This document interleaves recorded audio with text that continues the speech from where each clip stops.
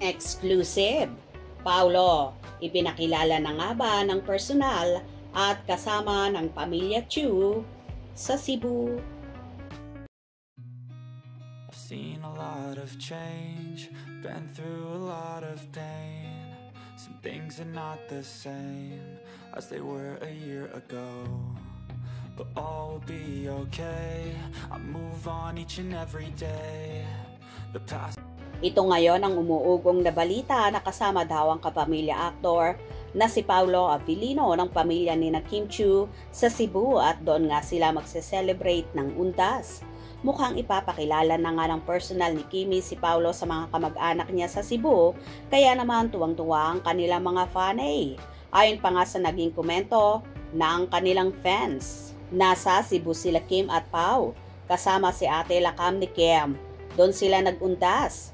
May nakakita sa kanila kumain ata or employer doon sa Fuente, Cebu. Sa Pongko-Pongko sila kumain.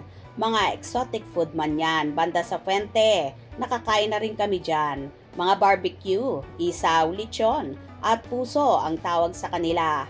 Kanin, nakabalot. May nakakita daw sa kanila na ipapakilala na si Pau sa lola ni Kim at mga relatives niya sa Cebu. Nakita daw sila noong October 30. Diba tape na lang ang showtime? Umalis pala sila papuntang Cebu mga October 29 ata. Kasi nakita sila sa Fuente kumain October 30 sa Instagram ata nila Cam. Nag-post siya na sa Fuente kasama pala si Pau. Nasa Cebu ang Kimi with love kaya wala sa showtime. Kunwari, latest post nila ha ha ha ha. Pero nakaka-happy. Nag-heart yung ayuda sa Discord channel. Sayang, di pa ako kasali sa Discord. Pa-describe na lang, di kami naka-join. Hirap. OFW here. Kung ano man yon, ako din kinikilig na rin. Yes, nakakakilig po ngayon po yon. Yung tulad, naming wala sa DC. Paano na? Kawawa naman, Kimbe. Di naman namin makita ang ayuda ni Kim Chiu. Di kami makapasok doon. True CC, ang galing talagang maglapag ni Papi. Ha ha ha. Yun ka, ayuda. Kami wala sa Discord. Kakalungkot. Patingin, ha ha ha. Wow, happy for you admin and happy na din ako for sure na nakakakilig na ayuda yan. Wala kami sa Discord. Maka-happy.